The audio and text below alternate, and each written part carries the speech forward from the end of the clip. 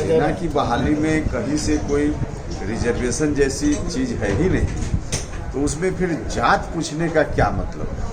जात और धर्म दोनों का सर्टिफिकेट मांगा जा रहा है।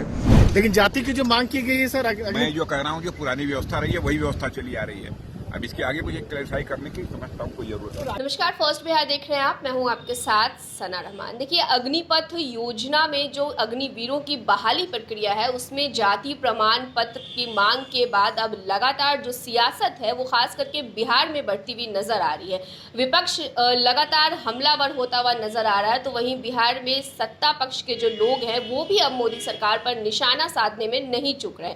बिहार एनडीए गठबंधन में शामिल जदयू के संसदीय बोर्ड के अध्यक्ष उपेंद्र कुशवाहा ने भी मोदी सरकार पर निशाना साधा। उन्होंने भी कहा कि इसमें जाति की क्या जरूरत है, यानी कि जाति प्रमाण पत्र की क्या जरूरत है। जब आरक्षण कोटा नहीं दिया गया है तो ऐसे में जाति प्रमाण पत्र की क्या जरूरत है।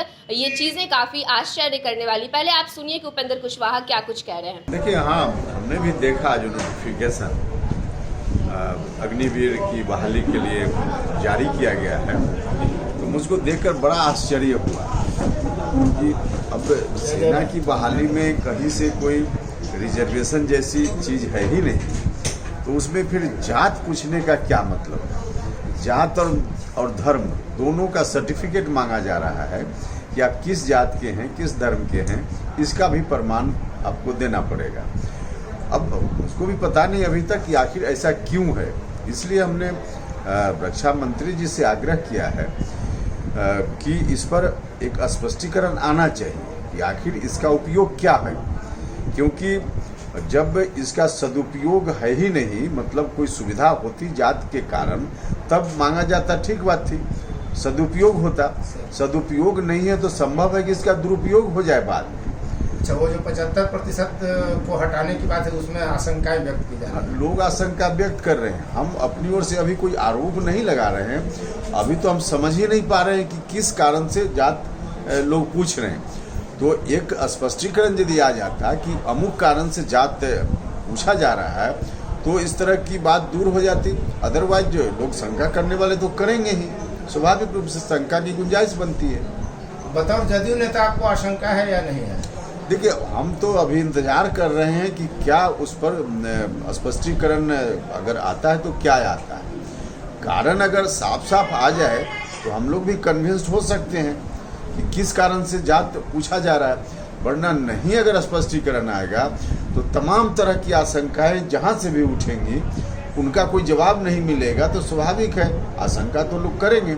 और हमने यह भी कहा कि जब सदुपयोग नहीं है उसका तो दुरुपयोग भी हो सकता है। तो जिस तरीके से अग्निपथ योजना में जाति प्रमाण पत्र को लेकर के जो इस वक्त बिहार की राजनीति है वो काफी गरमाई हुई नजर आ रही है। लगातार जो सत्ता के लोग हैं वो भी निशाना साधते हुए नजर आ रहे हैं। जीतन राम मांझी की पार्टी की तरफ से भी ये अपील की गई कि जल्द से जल्द सरकार जो है इसमें बदलाव करे। लेकिन इन सब के बीच एक बड़ा बयान रक्षा मंत्री राजनाथ सिंह का भी सामने आया। उन्होंने साफ तौर पर ये कह दिया है कि कोई किसी भी तरह का बदलाव नहीं किया जाएगा। काफी भड़कते हुए वो नजर आ रहे हैं। आप पहले उस बयान को सुनिए कि राजनाथ सिंह क्या कुछ कह रहे हैं। जो पहले व्यवस्था थी हमारी आजादी के पहले से वही व्यवस्था अब तक भी चली आ रही है, उसमें कहीं पर कोई परिवर्तन नहीं हुआ है। लेकिन जाति की जो मांग की गई है सर, मैं जो कह रहा हूँ जो पुरानी व्यवस्था रही है वही व्यवस्था चली आ रही है।